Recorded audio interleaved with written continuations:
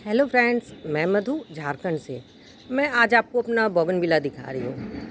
आप देखिए कितना इसमें ब्लूम हो रहा है। और ये मेरे वो प्लांट है जिसको मैंने आपको दिखाया भी था कि मैंने इसको 13 नवंबर को मैं इसे नर्सरी से लाई थी और 13 नवंबर को मैं रिपोर्टिंग की थी।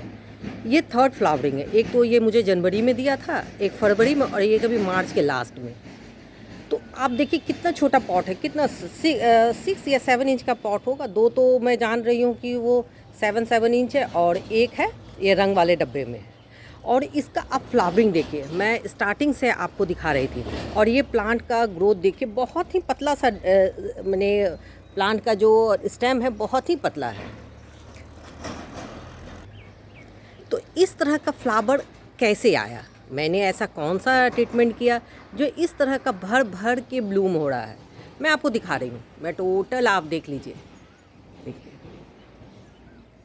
तो रीज़न क्या है इस तरह का ब्लूम होने के लिए? हर एक गार्डनर की ख्वाहिश होती है कि उसके गार्डन में उन्होंने जो भी प्लांट लगाया है, चाहे वो बोगनविला हो चाहे कोई भी हो, वो भर के फ्लावरिंग करे। तो इसके लिए हम लोग को कुछ फॉलो करना होगा। देखिए, मैं सबसे पहले बताऊंगी कि बोगनविला क्या है। बोगनविला एक डेजर्ट प्लांट है। इन द सेंस ये मरुस्थलीय प्लांट, लविंग प्लांट है। जिस तरह एक रेगिस्तान में, मरुस्थल में किस तरह इसका एक प्लांट का उसका इन्वायरमेंट होता है, उसका नीड होता है, वही चीज़ ये बोगनविला मांगता है। आप अपने बोगनविला को अगर उस तरह का इन्वायरमेंट और उसकी आवश्यकता की पूर्ति करते हो तो आपको फ्लावर इस तरह का होगा। तो वो क्या है, चलिए मैं आपको स्टार्ट करती हूँ। मेरे ये 3 तो मैं आपको ऐसे दिखा रही हूँ। उस वाले का आप एक बार मेरे और भी पीछे देखिए। देखिए जैसे ये ही बोगनविला, ये मैं ऐसे ट्री के लुक मिली और देखिए पूरा ऊपर से नीचे तक फ्लावरिंग है। तो मैंने ऐसा कौन सा इसमें ट्रिक अपनाया है, देखिए एक ये, वो 3 मैं टेबल पे रखी हूँ और एक ये पिंक, ये 4 प्लांट मैं नर्सरी से ली थी। और देखिए उसकी ब्लूमिंग इस तरह हो रही है। एक ये रेड है में, देखिए ये भी। तो देखिए आपको सबसे पहले जानना होगा कि बोगनविला अगर डेजर्ट लविंग प्लांट है तो इसको पानी कम चाहिए। पानी इन द सेंस एकदम कम। अगर ज़्यादा पानी दीजिएगा तो आपका लीफी ग्रोथ आएगा, इस तरह का ब्लूम नहीं होगा। तो इस तरह का ब्लूम लेने के लिए हमको क्या करना है, इसमें पानी रोज़ नहीं देना है, जैसे एकदम भर भर के पानी देते नहीं। इसको पानी तब दीजिए जब इसकी सॉइल सूखे। मान के चलिए ना, 5 से 6 दिन के इंटरवल में आप इसको पानी दीजिए। फर्स्ट। सेकंड में है कि इसको जितना धूप में रखिए, सुबह से लेकर शाम तक के इसको धूप पसंद है। किसी भी टाइम ऐसा ना हो कि आप इसको धूप ना दे, तो काफ़ी अच्छा फ्लावरिंग आएगा। देखिए मेरा खिल के भी अभी स्पेंड करने वाला है। तो पानी का हो गया। अगर आप भर भर के पानी देंगे तो आपका सिर्फ लीफी ग्रोथ आएगा, फ्लावर नहीं होगा। तो इसलिए मैं कहूँगी आप पानी कम दीजिए। हो गया। फिर होता है कि इसका पॉटिंग मीडिया, अगर आपने इसको सही पॉटिंग मीडिया में लगाया है तो प्लांट आपका बहुत अच्छा रिकवर करेगा।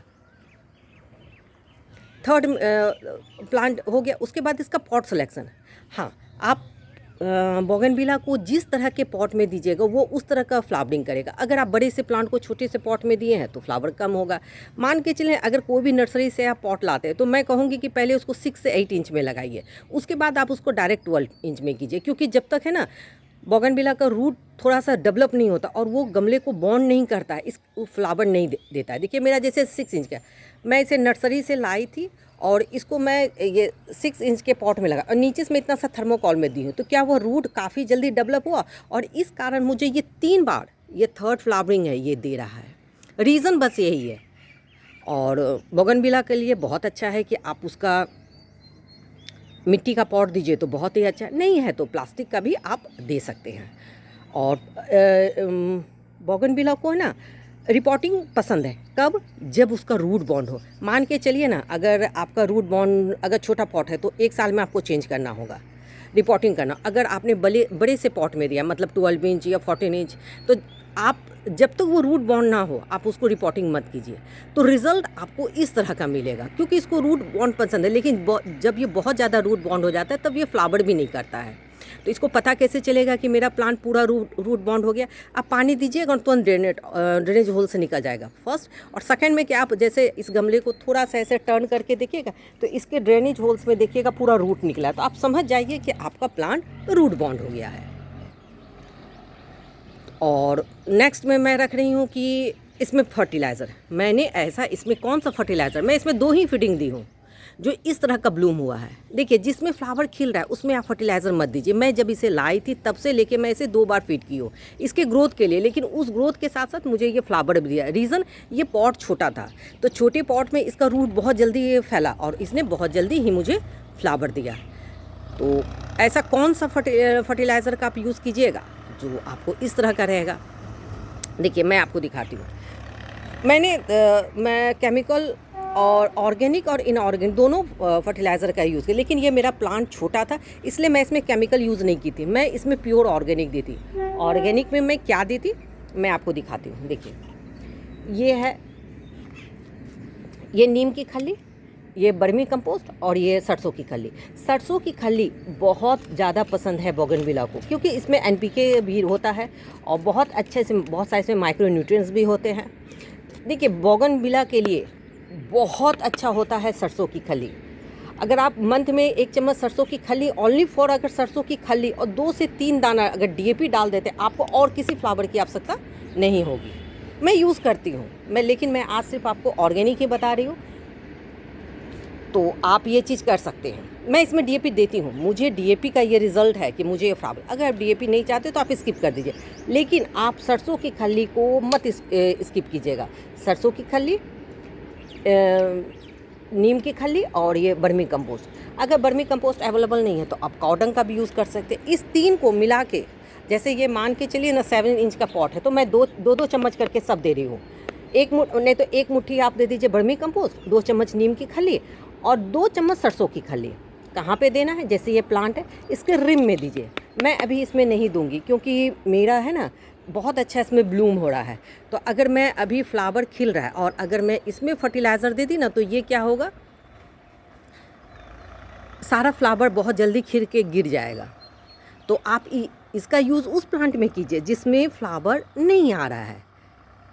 और देखिए आप एक बार देखिए इसका कलर सर, तो इतना चटक कलर के लिए आप इसमें ऑर्गेनिक पोटास का भी यूज़ कर सकते हैं। अगर हम केमिकल आप नहीं चाहते हैं तो मैं लिक्विड फर्टिलाइज़र भी बताऊंगी। लिक्विड फर्टिलाइज़र में आप इसका कीजिए बनाना पील फर्टिलाइज़र, सरसों की banana peel fertiliser, onion peel fertiliser और उसके साथ में ही आप सूखे हुए चाय पत्ती उसका भी अगर 2 चम्मच यूज़ करते हैं तो काफ़ी अच्छा न्यूट्रिएंट, काफ़ी अच्छा फ्लावरिंग होगा। देखिए इस तरह का फ्लावर लेने के लिए मिट्टी का जो पीएच होता है उसको एसिडिक होना है। एसिडिक कब होता है, जब उसका पीएच 7 के नीचे होगा, 7 के अप होगा तो अल्कलाइन हो जाएगा, और अल्कलाइन जब आपकी सॉइल मीडिया होगी तो वो फ्लावरिंग नहीं करता है। तो इसको एसिडिक बनाने के लिए आप एलम का यूज़ कर सकते हैं। सूखी चाय पत्ती को 2 चम्मच आप पर मंथ दीजिए, वो भी अच्छा होगा। नहीं तो थोड़ा सा नींबू को लगभग मान के चलिए ना 5 ml नींबू के रस को 1 लीटर पानी में डिज़ोल्व करके भी आप इसको दीजिए, तो आपको इस तरह का चटक कल होगा। क्योंकि जब मिट्टी का पीएच क्लियर होता है, मतलब एसिडिक होता है, तो आपको फ्लावरिंग इस तरह देगा। और मेरा बस ये 3 चीज़ है। ये छोटा प्लांट था तो मैं इसमें डीएपी का यूज़ नहीं की थी, मैं बस ये 3 चीज़ दी थी, सरसों की खली और ये। अगर आप नहीं चाहते तो सरसों की खली का आप लिक्विड भी यूज़ कर सकते हैं, बहुत अच्छा रिज़ल्ट आता है। आपको मैं दिखा रही हूँ, मेरा एक ही प्लांट नहीं, सारे बोगनविला में मुझे रिज़ल्ट मिलता है। अगर आप लोग भी अपने गार्डन में अगर मेरे बताए हुए एक भी प्लांट पे, मैं नहीं कहूँगी कि सारे प्लांट को मेरे अनुसार आप चलाइए, लेकिन एक प्लांट को भी अगर मेरी बताए हुए फर्टिलाइज़र, मेरे बताए हुए पॉटिंग मीडिया, मेरे बताए हुए आप वीडियो के अनुसार अगर करते हो तो आपको रिज़ल्ट इस तरह का ब्लूम होगा। और मेरा बोगनविला का प्लेलिस्ट भी है, आप उस प्लेलिस्ट में चेक कर सकते हैं कि इस तरह का ब्लूमिंग कैसे होता है, किस तरह होता है, कैसे हमको प्लांट में फर्टिलाइज़र या और भी सी चीज़ कैसे यूज़ करना है, आप उसमें डिटेल में मैं बताई हूँ, आप देख सकते हैं। मैं आपको दिखा रही हूँ मेरे जितना भी बोगनविला है। मैं ये नहीं कि मैं एक का बता रही, कोई भी ऐसा प्लांट नहीं है कि जिसमें फ्लावर नहीं है।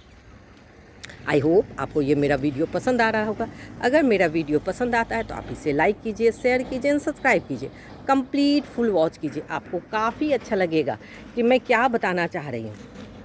देखिए इसका, ये देखिए मैं इसको प्रून की थी, उसके बाद मैं इसमें फर्टिलाइज़र दी थी, मैं आपको दिखाई थी, इस पर मैं वीडियो बनाई थी। और देखिए ये नेक्स्ट कितना फिर स्टार्ट हो गया है फ्लावर। तो देखिए जब प्रून कीजिए ना तो थोड़ा सा उसको फर्टिलाइज देना पड़ता है, क्योंकि देखिए प्लांट पॉट में है तो वो बेचारा एक तरह से कहिए हैंडीकैप्ड होता है, तो उसको बिना फर्टिलाइज़र दिए वो फ्लावरिंग नहीं करेगा। आप नहीं केमिकल चाहते तो आप ऑर्गेनिक दीजिए, लेकिन दीजिए, नहीं चलेगा ऐसे, नहीं तो बस वही 1-2 फ्लावर आएंगे, फिर आप सोचिएगा कि मेरे गार्डन में फ्लावर क्यों नहीं खिला। तो अगर आपको मेरा वीडियो पसंद लगता है तो ज़रूर इसे लाइक, शेयर और सब्सक्राइब कीजिए, कंप्लीट फुल वॉच कीजिए। अगर आपको बोगनविला प्लांट संबंधी अगर कोई भी प्रॉब्लम है तो आप मुझे कमेंट बॉक्स में कमेंट कर सकते हैं। मैं जहाँ तक जानूँगी मैं उसका आंसर आपको दूँगी। मैं आपको अपना टोटल बोगनविला दिखा रही हूँ, और जो मेरे फ्रंट गार्डन में है वो तो खैर बहुत ही बड़ा है।